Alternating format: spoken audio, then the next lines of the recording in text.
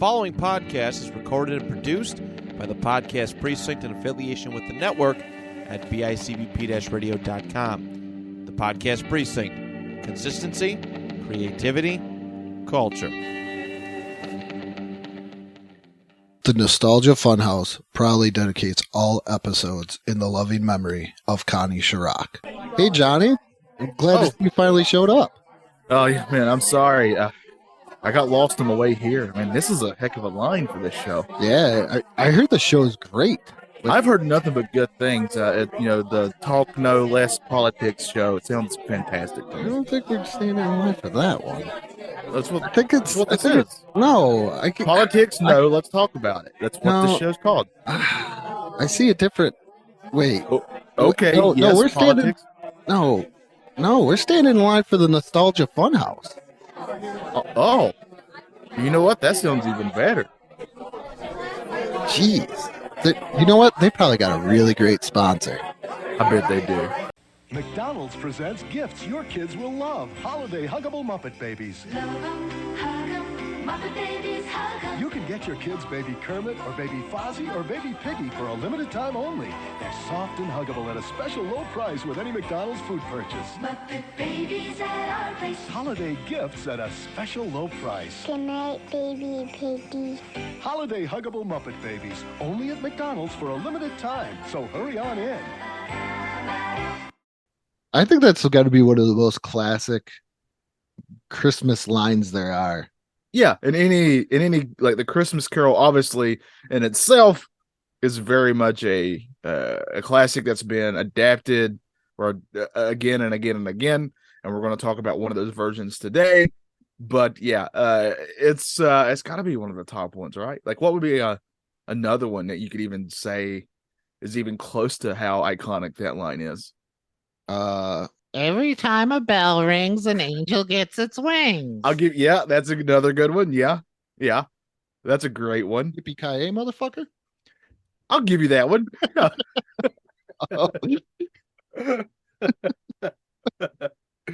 I'll also throw in air brakes. Hey, there you go. What's another iconic line from a Christmas movie? Elf, when he goes like, Santa. Yeah. You're a liar. Yeah. Doesn't smell like beef and cheese. Trying to think of some other ones. Or you'll shoot your eye out. Yeah, that's another one. Rudolph has quite a few for me. Like, she thinks I'm cute. For whatever reason, I always quote that. There's a lot of good stuff in it. Man. Yeah, there's actually quite a lot of really great quotable Christmas stuff. Oh, what is it in the Island of Misfit Toys? I'm a what in the box?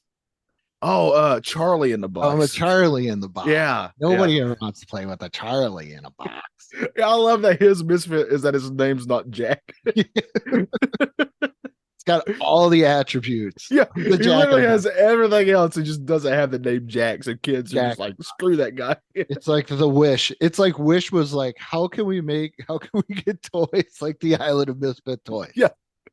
So the other ones made sense, like that train that had square wheels. Like that makes sense to me. Yeah, because it's really hard to roll that thing around. But he was literally just named Charlie instead of Jack. Everything else was exactly the same as Jack in the Box. That was his only misfitness, was his name. I don't know why I'm a Charlie in the box. What else? I think keep the change. You filthy animal. Yeah, I think that's. I think so too. I was trying to think of a Home Alone one. That one would probably be. I think that's the number one line in Home Alone. Yeah, that's what I was trying to think too. It's definitely up there.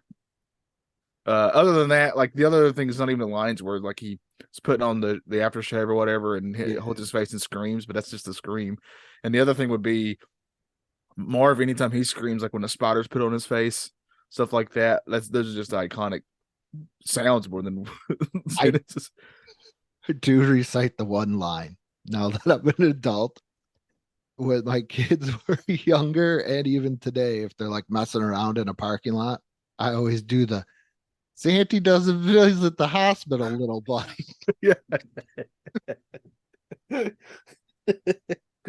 Oh man. But that's good stuff. What are we talking about today though, Andrew? oh, we are reviewing as Johnny called an audible, which I'm kind of thankful for. Yeah. I haven't seen this in a while, other than the other movie we're gonna do, but we are doing the Muppet Christmas Carol. That's right. It's this year is the 30th anniversary of the movie.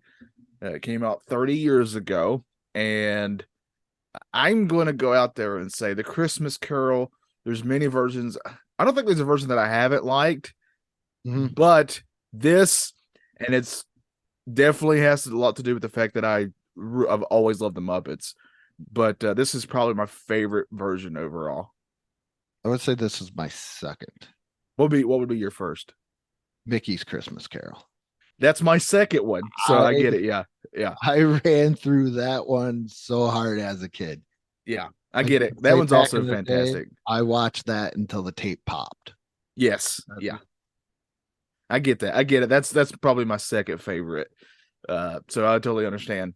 Yeah. So of course it's the classic tale of the Christmas Carol. You got Ebenezer Scrooge, and you got all the Muppets playing all the rest of the other characters.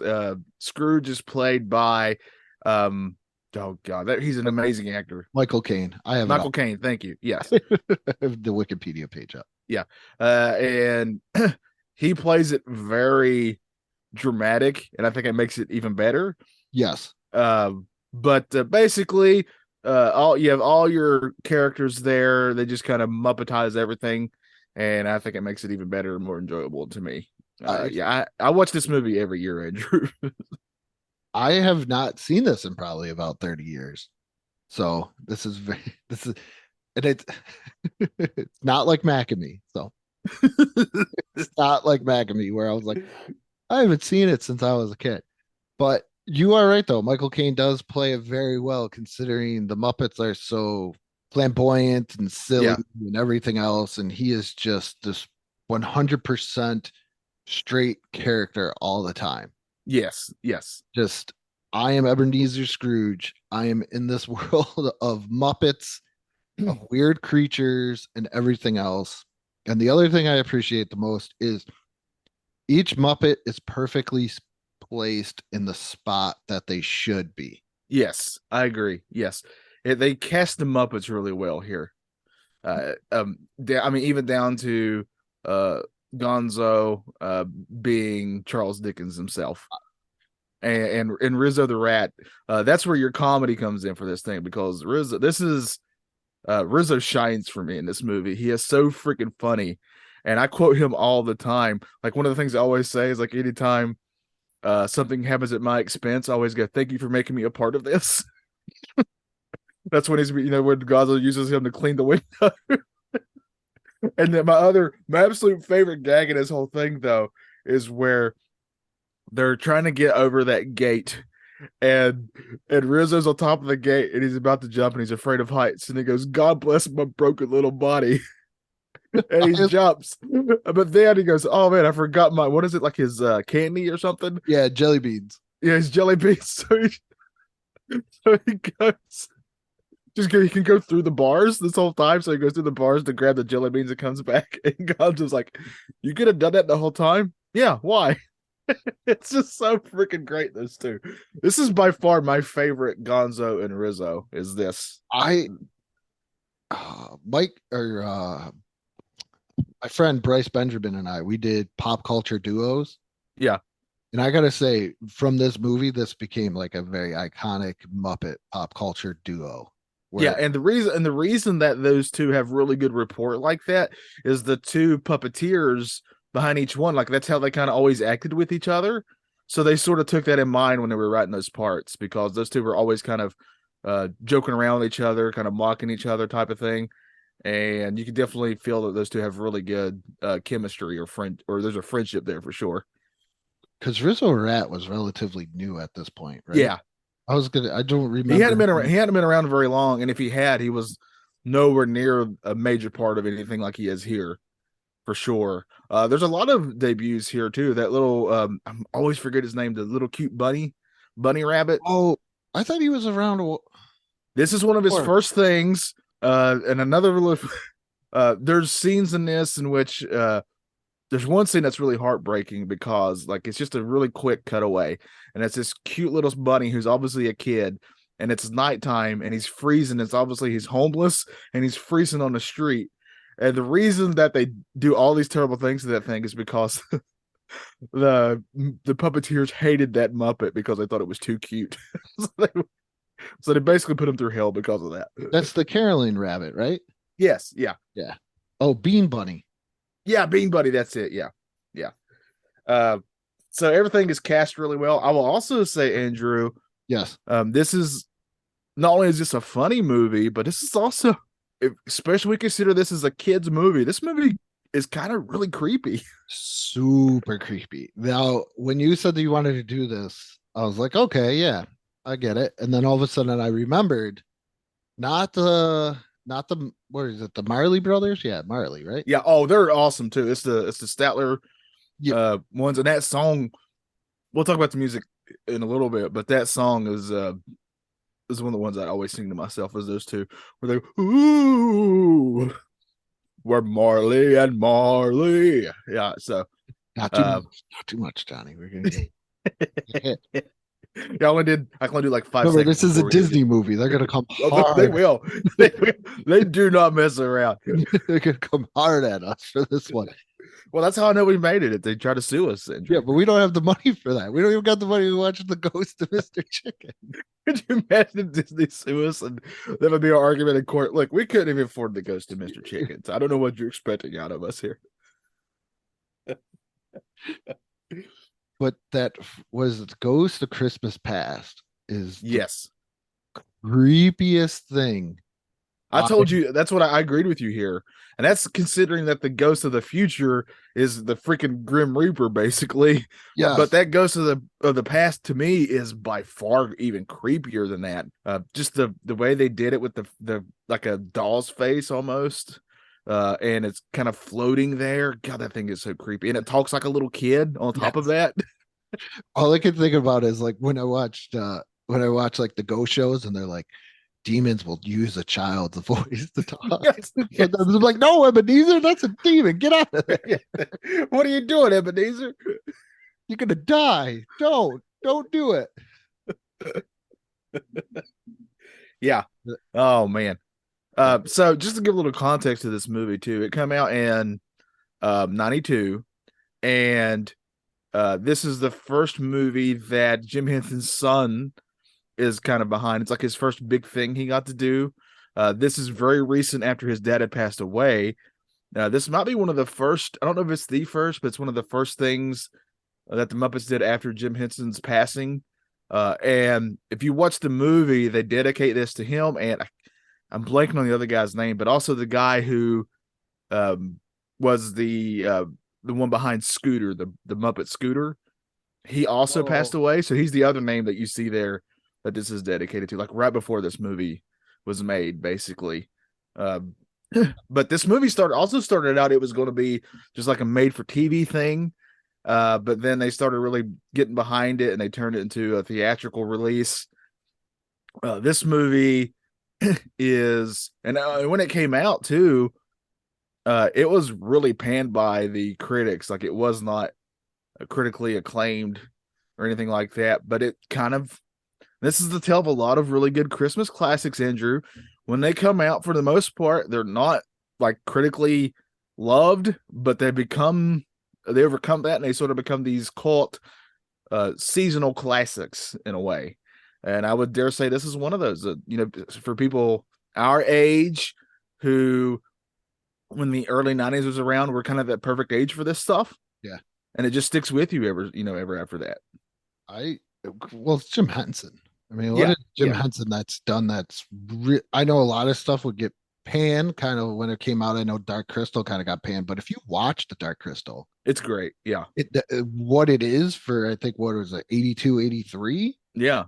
And then Lambert as well. Jim Henson Jim Henson Workshop or Jim Henson or his son, there is nothing ever just where they're like, whatever, let's work at this one. They work out every detail. Oh God, yeah. I mean, just I encourage you, if you like the Muppets at all, just look up I can't remember who did it, but there's like a documentary about the first Muppet movie, and all the stuff they did for it, like how they worked the car, how they worked down to how they got Kermit to ride the bicycle. It's all just fascinating. Just all these things that they did, and they worked out these details. And the same thing is here with the Christmas Carol, down to the set. I think the set for this thing is iconic for me because it's just so well done and just really cool. And you see all kinds. I watched it twice this year because,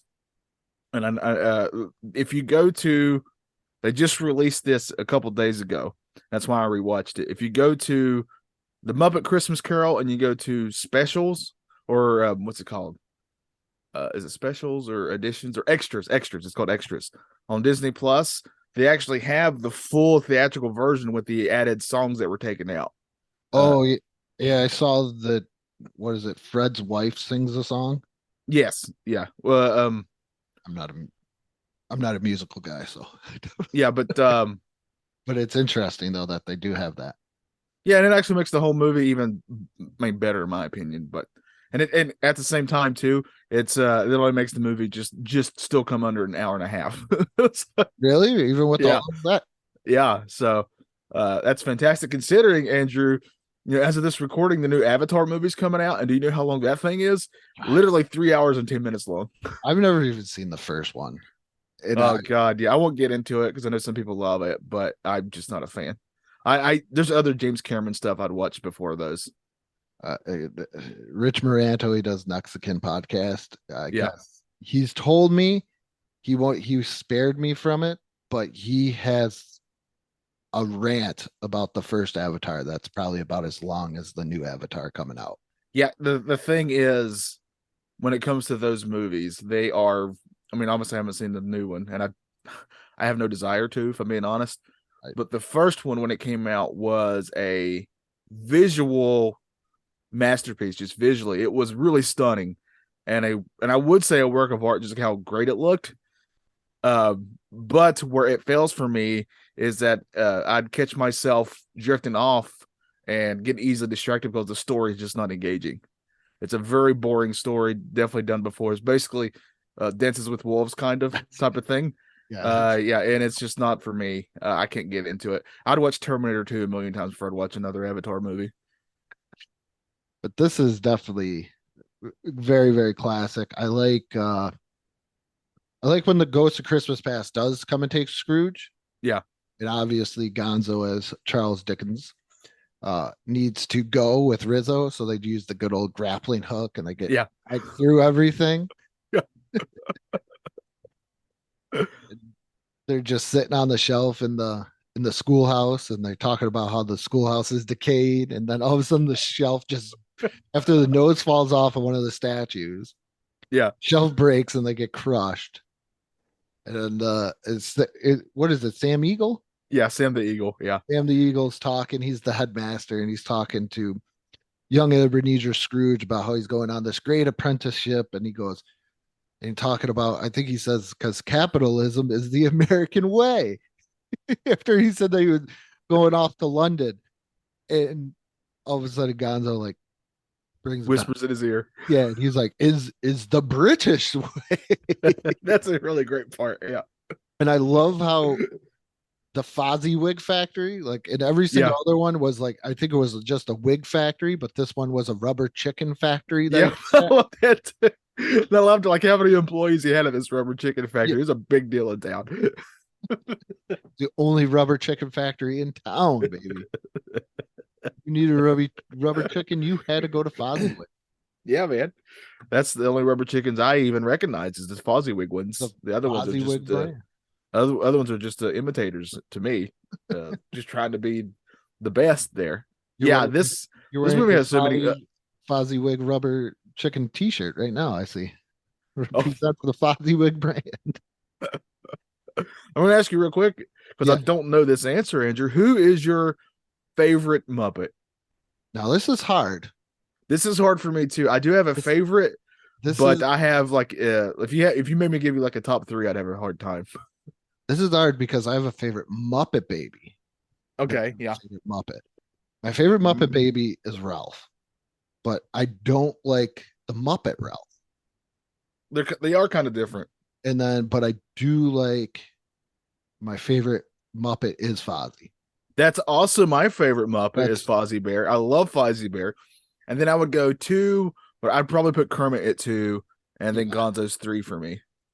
yeah, Gonzo's 2 actually for me.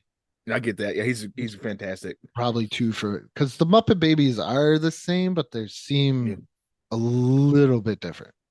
I'm Yeah, actually yeah. more of a Muppet Babies fan than I probably maybe a little bit more because I'm more nostalgic towards that than the actual Muppets. I haven't seen that was also when I was a kid, one of the cartoons I always watched, and I miss it because you can't really find it right now due to all the licensing because they parodied a lot of stuff. Oh yeah, the Star Wars episode is classic. Yeah, which with Disney pretty much owning everything, that you would think to be able to pull some strings and put it on there. But I get that for sure. I'm definitely more of a Muppets guy than Muppet Babies, but I still absolutely adore the Muppet Babies. In fact, if you ever said let's do a Muppet Babies episode, I am 100% there. I love Muppet Babies. Muppet Babies. To make your dreams come true. I'm surprised we didn't have that when we were tearing. I know. Oh, we're gonna have to do another list. Yeah. Not gonna do that old one if we ever do, but we're the Ghost of Christmas Present. I thought was done well. It reminded me of a very what are they called? The Gorgs from Fraggle Rock. Yes. And I like it how they made him become older over time. It's actually really sad. Yeah, because he die, you literally watch him age and die in front of you. and the effects Yeah. are the greatest. Like when those little like blue and red stars came up, you're like, what are we doing here? Yeah. But you got to put yourself in the time period and what they have to work with. I mean, this is still when Ninja Turtles were used in rubber suits when they made live action movies, and it wasn't. Well, that's also Jim Henson. Yeah, and it is, and it's not CGI. So for what they did and how they made that ghost fade away, and how creepy they made that ghost of Christmas Past, I thought they did an excellent job. It's fantastic. Just I would love to have to watch a making of this movie too. It's just all kinds of great stuff here because it's all basically practical stuff. Even down to one of the reasons why that they had the ghosts of the present kind of wither away in front of you. Basically, if you notice, he also kind of gets smaller. Yes, is because when you first see him, he is humongous, right? Like he's giant, pretty much. But they were having a hard time with their set making him make sense. So they're like, well, let's just gradually have him wither away and die. So he kind of gets smaller and shrinks a little bit. get off the character to make sense. Yeah. I didn't like the ghost. How do they refer to him as? Is the ghost of Christmas yet to come? It was scary, but you never see his face and he doesn't talk. the one in Mickey Christmas Carol at this point, to compare him, is way scarier than this one because I remember what in Mickey's Christmas Carol, I went through and I watched it because I wanted to remember the ghost again. Yeah. Actually, I just fast forward. And as that ghost comes in this one, they're talking about Bob Cratchit going to visit Tiny Tim's grave. Yeah. In the Mickey one, they actually show him put the crutch up against the grave, which I think is a little bit more makes it tugs on the heartstring a little bit more than him just going to the grave and then the son saying, "Oh, well, I think I would is a little bit slower during now." Yeah, I see what you're saying, and I do agree. But there is also a scene where they show that they show the family after in the Muppet Christmas one where Kermit and Piggy and their kids, they're there without Tiny Tim because he had died, and it's beyond heartbreaking to me. Like I did every time I watch that, it gets me a little bit. So and also with I think it's Pete, and he's got the cigar and he pushes who's playing Scrooge McDuck playing Ebenezer Scrooge, pushes him into the grave, where this one he just kind of falls to his knees at the grave. I thought that was probably the biggest difference between the two, not to compare them, but like freaky out wise as a kid. Yeah, they're both really creepy in their own right. Yeah, oh yeah, for sure. This Let's talk about the music real quick because technically I would say this is a musical. I would say it is. I'm trying to remember who did the songs for this. Can you look it up for me real quick? Like who did the music for this? It's a big name. All tracks were written by. Okay, so the songs were written by Paul Williams and the scores were written by Miles Goldman. All right, so Paul Williams is a prolific songwriter, and when right before making this, he was actually suffering from, I can't remember what he was addicted to, some kind of addiction. He was in a really bad place, and he actually credits writing music for this movie as something that helped save him and pull him out of that stuff. Really? Yeah. He looks familiar now that I'm looking at I him. can't remember all the songs he's done. He's done a lot of music though. Oh, the love theme from Barbra Streisand's A Star Is Born. So he's definitely right there. Oh, he was in Smokey and the Bandit. There we go. Oh, there we go. He's That's what I'm done. talking about. He was Little Enos. Oh man, right Smoking there. the Bed. That's another classic right there. That is a classic. When we were moving to Texas and we were driving, I played Eastbound and Down, even though it was more. Eastbound and down. And then when we got to Texarkana, I was like, "Yeah, we're in Texarkana." they're like, "What is the big deal?"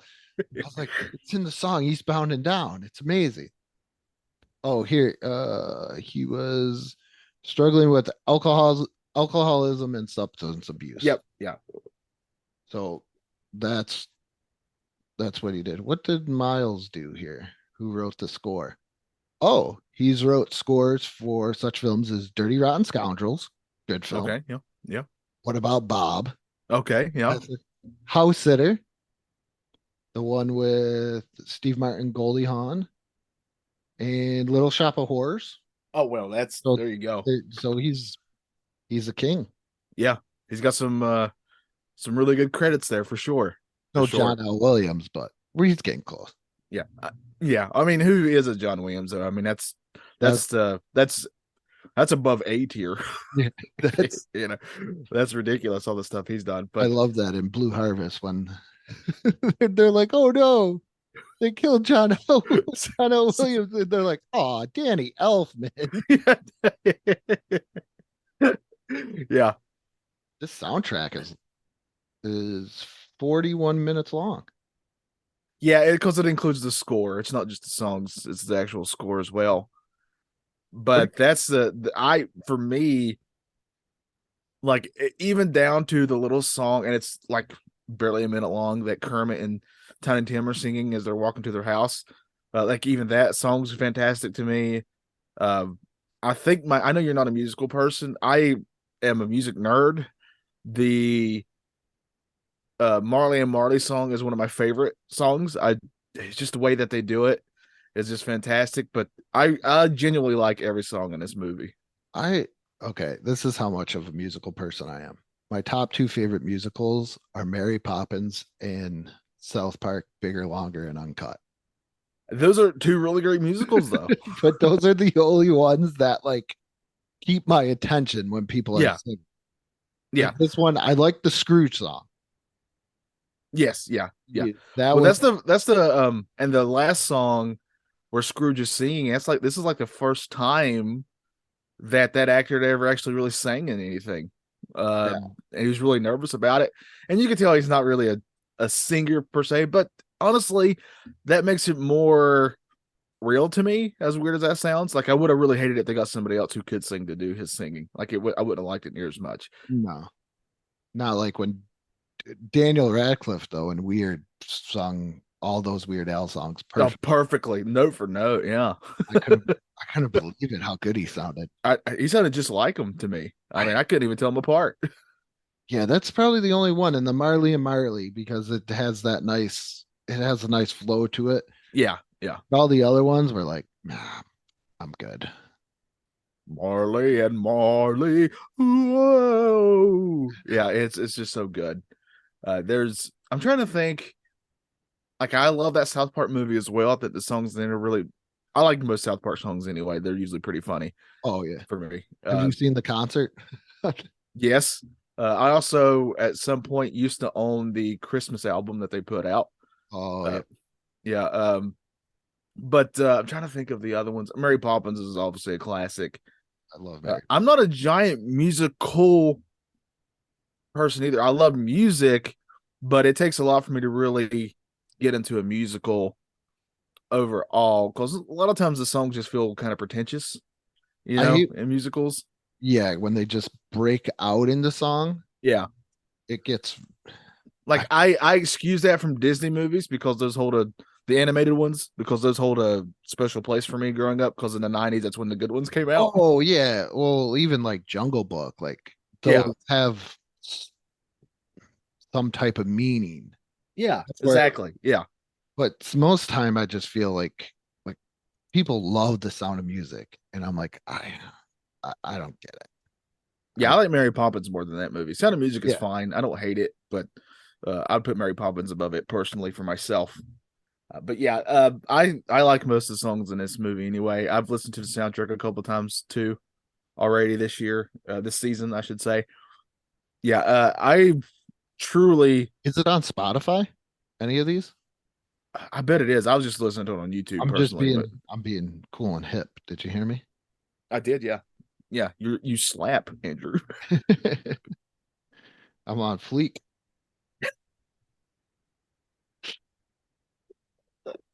Do your kids say that stuff? Uh, not anymore. I understand a lot more than what my wife does. Yeah, Like there's a funny story. So my wife was looking for stuff to get me for Christmas and my birthday. yeah. And pretty much her way of buying it for me is I just realized she just finds out anything. She looks for anything that she considers dorky or geeky, and she buys it for me. So for Christmas and my birthday, because she just buys stuff because they're both right there. We just hand them to each other because we don't got time to unwrap that stuff on Christmas. I got a Funko Pop set of Star Wars from Target, and I'm not Yeah. a Funko Pop guy, so I think it's something exclusive to Target. It says only Yeah. on Target. Marvel Encyclopedia. Well, that's cool.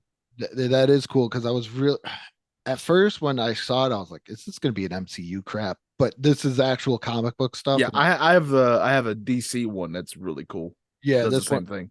And then she got me all the He-Man mini comics. Oh, that's cool. There's a collection of all the He-Man mini comics, She-Ra, and the He-Man mini comics from like the 2000s and so, and even He-Man the New Adventures, but we don't talk about that. And then some unreleased mini comics that they were working on. Yeah, So that's so cool though. it's all I'd read that. I miss those mini comics from He-Man. That's probably my favorite part. I mean, the figures were great. Don't get me wrong, but I just love that they came with a little mini comic. you can get this on Spotify. Oh, there you go. Yeah, I was just listening to it on YouTube, but yeah, Just super cool, Johnny. But the other funny story though was my wife and slang words is we used to use flex around her, and she couldn't figure it out. Somebody would like say something like, "I'm wearing a purple shirt," just as an example. And I'm like, Yeah. "That's a weird flex," but okay. And she could not figure out what flex meant at all. But we just always drop. That's a weird flex. Okay, but that's my slang vocabulary. Yeah. I And they think hate- I've gotten to the point now though, like if I were to ever watch a TikTok, I probably wouldn't understand anything they were saying. don't understand half of the stuff. Yeah, I don't even understand half the music that plays in the background for most of these No. things. I was playing some old like 80s hair bands for my daughter, Yeah. just older music. Speaking of music, and they would have guitar solos or drum solos, and I'm like, music doesn't have this anymore. Why doesn't your music You're right. have this? Yeah. Who's wailing? Nobody just goes out and wails on a guitar for like 2 minutes, or just bangs on the drums for 2 minutes. Think how many classic guitar solos and drum solos there are in classic music, classic rock, especially music now. You would never get that really sweet Phil Collins drum solo today. I don't think you wouldn't get.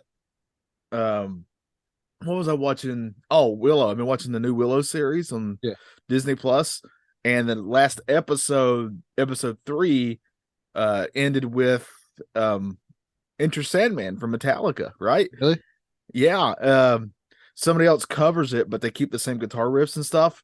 But I was just thinking about that. Like, it's got these insane guitar riffs, and it seems like, especially in music that's played on the radio now, what you would call popular music, these instrumental solos just really don't seem to happen anymore. No. This was a very I do like some of the songs, but I'm not gonna lie. Most of the time when the music came, my mind was like away. Yeah, I used to be that way when I was younger, and I got older and got into it. I mean, I was that way with those animated Disney movies unless it was Lion King. I did wear that soundtrack out quite a bit, but other than that, yeah. What else do you want to talk about before we kind of give our final stuff here? I think we covered everything. It's just I think so too. Fun the classic Christmas Carol movie, but with that fun Muppet touch. Yeah. And I think the biggest and best part about this is not so much, Michael Caine's amazing. The Muppets are all perfectly placed, but the use of Gonzo and Rizzo. Yes, that's my favorite thing too. It sets this Christmas Carol apart from other adaptations of Christmas Carol, I feel. Yes. And it's got a certain charm to it that I think a lot of other things try to have, but can't quite get there. But this one has it for sure. I would say that Mickey Mouse one also has it. There's a certain charm here that really helps set it apart too as well. But here's the big question, Andrew. Yeah. Who would you be? I think the easiest thing is I'm just going to choose for both of us. Like if we were doing this movie, we'd be Gonzo and Rizzo. I was going to say the same thing. I'm watching this and I'm like, this is me and Johnny. Oh, 100%. Like I'm Gonzo. I'm Rizzo. Yeah, I was going to say that. I'm trying to, kind of like set a stage for something. And then here comes Johnny with God bless my broken little body. Yes. Just with the comedy. I'm like, here, let's talk about Ebenezer Scrooge and how mean he is at Christmas time and everything else. Oh, but your name's Andrew. Yeah. And then all of a sudden, and that's how it go. The only other good part that I really, really enjoyed was in the office. Yeah. All the rats in the office. Yes. And they're like the frog's asking. And then they ask for the coal. Yeah. And they're like, how would they like coal on the unemployment line or something? All of a sudden they're like, we're having a heat wave. Yeah. And they're like wearing like clothes you'd wear at the Caribbean or something. Yeah. Yeah. But I'm watching it. I'm like, who would I like to be? My family calls me a Scrooge, but then I watched it once, but I didn't like watch it. It was kind of the background. And then this morning I watched it again and I'm like, I was like, this has got to be the easiest pick 'em ever. Yeah. It's so easy that me and you completely agree here on who each of us would be. Yeah. Like, it's just one of those things where it's like, here I am, I'm going to set the tail. And then Johnny's like, no. And then Miggs drops the joke about and I ram color in there however way I can. Yeah. I could see you being able to fit through a gate, but then jumping it over anyway. Yes. Yeah, that's me in a nutshell. Yeah. Yeah, for sure. Yeah, I'm definitely Rizzo for 100%, and you're definitely Gonzo, I think. So that's pretty easy. So what do we want to rate this out of? Turkey? I want to use shillings because I was like looking at how much a shilling is worth. Yeah. So considering I think it's probably the best adaptation. I know it's not my favorite, but I consider it the best. Yeah. I would give it, because it's got a good length. It doesn't, other than the songs, I didn't lose anything out of it. I'd give it 4.5 shillings. Again, we completely agree here. 4.5 shillings for myself as well. I actually just do love the music here. Mm-hmm. This is my favorite, like I said before, Christmas Carol version. I genuinely enjoy this tale in the first place. I think it's just a really classic Christmas tale. It sets a good lesson here, and stuff like that. But this is just overall my favorite version of it for sure. Yeah, it's good, and I wouldn't remove the music. I don't know what could give it to that 5. Maybe I don't know, but I just don't. I don't. It's very good, but I wouldn't say remove the music because there are a lot of people that do like the music, and when you think of Christmas, you want that Christmas Yeah. caroling feel, and I think it gives that to you. Yeah, I agree completely here. Yeah. So that is it for this. Yeah, we did it. That was a Muppets Christmas Carol. Mhm. We were originally going to do the Santa Claus. That was the movie we were originally going to do here, but I called an audible, like you said, because this is the 30th anniversary of Muppets Christmas Carol. I'm glad you did. Real quick though, Yes. a little behind the scenes here, Andrew. I've been watching, because of course I have been, the Santa Clauses, the Disney Plus, the Santa Claus series that they've been putting up. Honestly, I love it. It's really good. And one of the things I love about it is it's actually going in and filling in these little plot holes from the movies quite a bit.